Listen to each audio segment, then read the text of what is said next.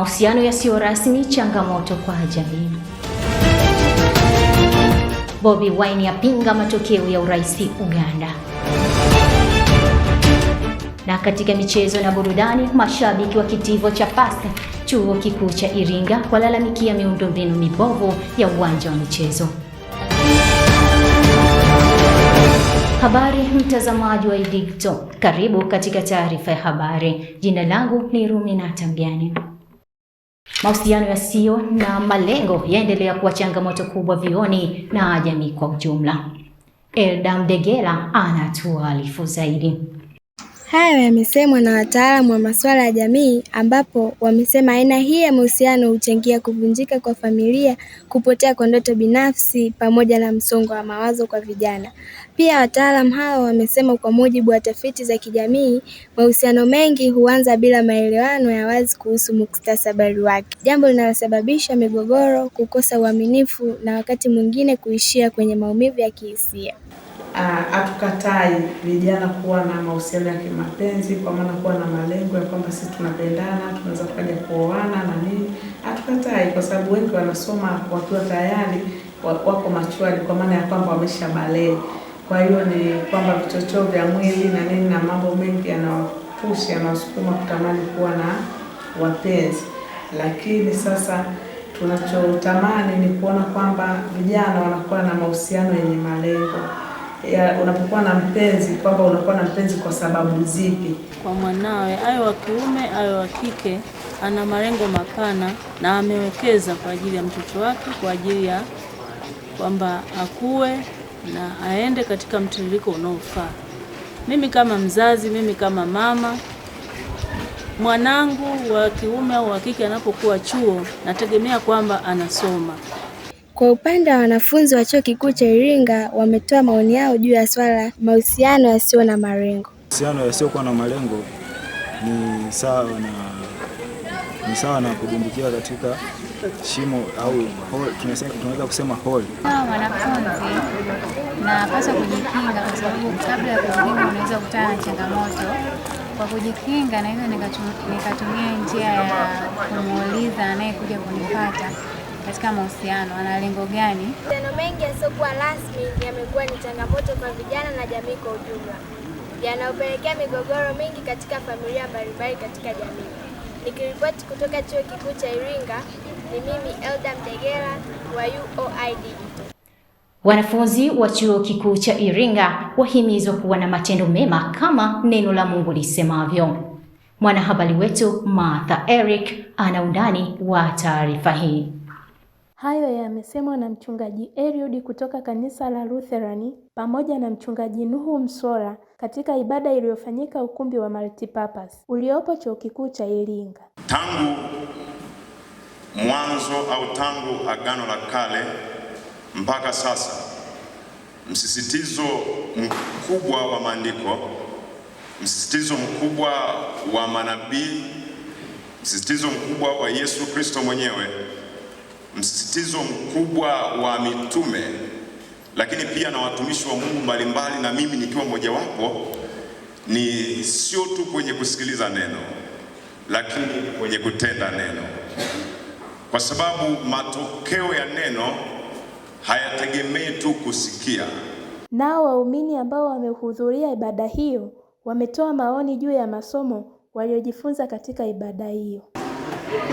Tulisoma neno la Mungu, tunapaswa tulisome na tuliishi, tulitende sawasawa na vile ambavyo tunasema.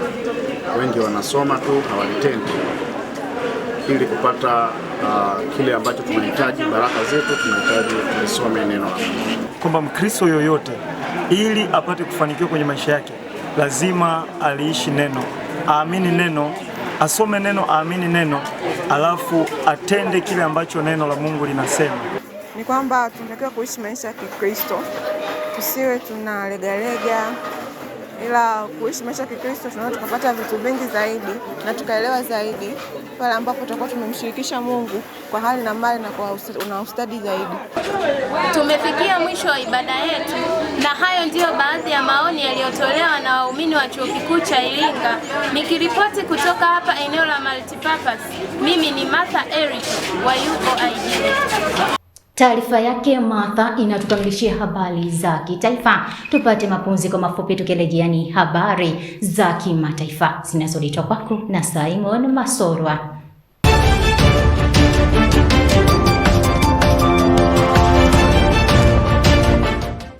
Tume ya uchaguzi nchini Uganda imemtangaza Rais Yoweri Museveni kwa kushinda kwa kishindo katika uchaguzi wa urais uliofanyika Januari 15 mwaka huu 2026. Mwenyekiti wa tume hiyo Simon Bayakama anasema Rais Yoweri Museveni mwenye umri wa miaka 81 ameshinda tena uchaguzi kwa kipindi cha miaka 5 mingine.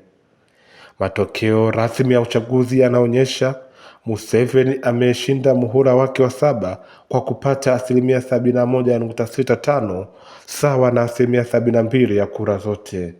Kiongozi huyo mkongwe amemshinda mpinzani wake mkuu Robert Kyagulanyi maarufu kama Bobi Wine mwenye umri wa miaka 43 ambaye amepata 24.72 ya kura zote.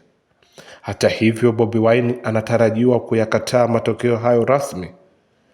Kwa upande mwingine, kiongozi huyo wa upinzani amelaani kile alichokielezea kama mchakato usio wa haki wa uchaguzi ulioharibiwa kutokana na kufungwa kwa mtandao, kuwepo kwa wanajeshi na madai ya kutekwa nyara kwa mawakala wake. Asante sana Simon kwa habari hiyo. Mtazamaji, zifuatazo ni habari za biashara na uchumi zinazoletwa kwako na Baraka Moses.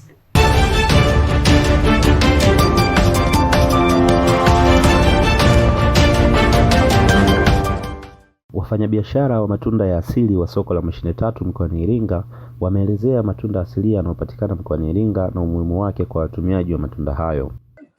Ni mfanyabiashara, nauza matunda ya msimu yanaitwa mapinigesi, yanapatikana hapa Iringa. Yanaanza kuanzia mwezi wa kwanza mpaka mwisho wa 3 yanakuwa yameisha, ila saizi ndio yameanza. Aidha, mfanyabiashara wa matunda ya matoo Sayuni Kalinga amesema licha ya kuwa matoo ni matunda, pia ni dawa ya miguu. Mfanyabiashara wa matunda anaitwa Mitoo. Matunda haya yanapatikana zaidi mwezi wa 7, wa 8 na wa 9. Kwa sasa hivi yamekuwa adimu, ndio maana bei zake ni ghali. Hichi kombe ni shilingi 500. Lakini pia matunda haya ukiachana kwamba ni matunda, pia ni dawa ya miguu. Elezea matunda asilia yanayopatikana mkoani Iringa na umuhimu wake kwa watumiaji wa matunda hayo. Kwa haya ukila yanaongeza maji mwilini, yanaongeza damu mwilini. Kwa haya ni tunafanya kwa hii bakuli 1500 kulingana kupima kwenye bakuli. Mtu akitaka moja unaweza kumuuzia 1,200, 1,100. Naam, na hayo ni baadhi ya matunda ya asili yanayopatikana mkoani Iringa na faida zake. Nikiripoti kutoka hapa soko la Mashine Tatu, ni mimi Baraka Moses wa UoI Digital. Mtazamaji, hii ni taarifa ya habari kutoka hapa UoI Digital. Tupate mapumziko mafupi, tukirejea ni wasaa wa habari za michezo na burudani zinazoletwa kwako na Gloria Mbanzu. Nikusi, endelea kuwa nasi.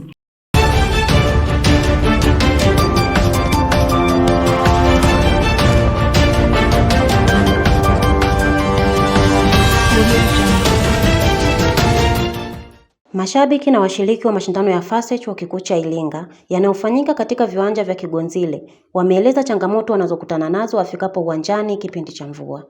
Nimefika hapa kutazama mechi yetu. Mechi imeanza vizuri, maandalizi yalikuwa mazuri mpaka sasa hivi. Maandalizi ni mazuri, lakini kuna baadhi ya changamoto tumezikuta tulipofika hapa. Leo kuna hali fulani ya mvua kutokana na uwanja wetu hauna sehemu ya makazi mazuri. Yani ingekuwa vizuri kungekuwa labda na matenti au sehemu ya kujihifadhi.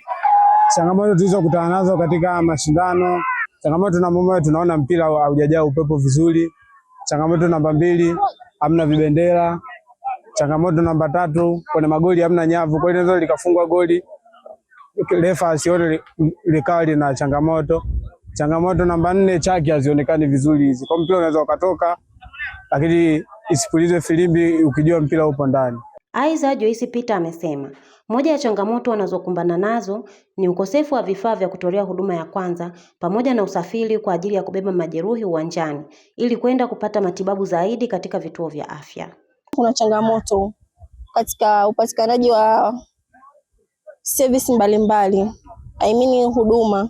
Kwa mfano ikitokea labda mchezaji amepata majeraha makubwa au pengine mshangiliaji amepata majeraha makubwa au amepata emergency ya kiafya, inakuwa ni ngumu kumtoa hapa kumpeleka sehemu kuna kupata huduma ambazo ni nzuri zinaweza zikamweka vizuri kiafya. Kwa upande wake mwakilishi wa wanafunzi wa FASE Andrew Masebo amesema licha ya changamoto walizoeleza mashabiki na washiriki wa mashindano ya FASE, ameahidi kuanza kutatua baadhi ya changamoto katika michezo ijayo. Licha ya changamoto nyingi ambazo zimekwisha onekana katika mchezo huu unaoendelea ndani ya interdepartment competition, nipende tu kuahidi wazi kwamba ni changamoto ambazo sisi kama faculty tumezipokea na tunaahidi kwamba kwa namna moja ama nyingine au michezo mingine inayokuja, hasa mchezo wa fainali ambao tunakwenda kucheza siku ya Jumapili, tunaboresha na kuhakikisha kwamba huduma hiyo inapatikana. Haya ni baadhi ya maoni ya mashabiki na washiriki wa mashindano ya FASE, ambapo mwakilishi wao Andrew Masebo ameahidi kuanza kutatua baadhi ya changamoto katika mchezo ujao utakaofanyika siku ya Jumapili, ikiwemo madawa kwa ajili ya matibabu pamoja na alama uwanjani. Nikiripoti kutoka uwanja wa Kigonzile, ni mimi Gloria Mbazu wa UoI Digital. Shukrani sana Gloria kwa habari za michezo na burudani. Mtazamaji, kabla ya kufunga taarifa ya habari, tupate msamiati wa leo unaoletwa kwako na Kalim Yasin.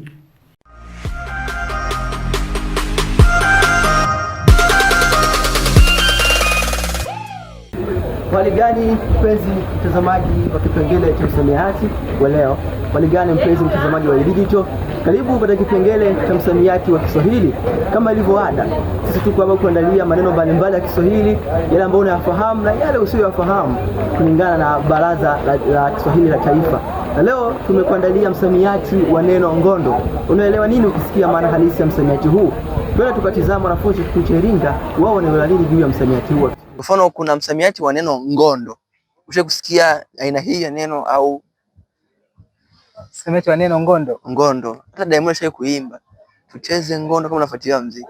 Sasa unaweza kutuambia labda ngondo unaelewa nini ukisikia kitu ngondo, au je kusikia kabisa aina hiyo neno? Samahani kwa hilo neno hilo. Kwa wanangu sijawahi kulisikia ngondo. Sijawahi kulisikia. Kwa mfano nikisema nikupe sentence kwamba wazee wa kijiji walikutana kwenda kusuluhisha ngondo.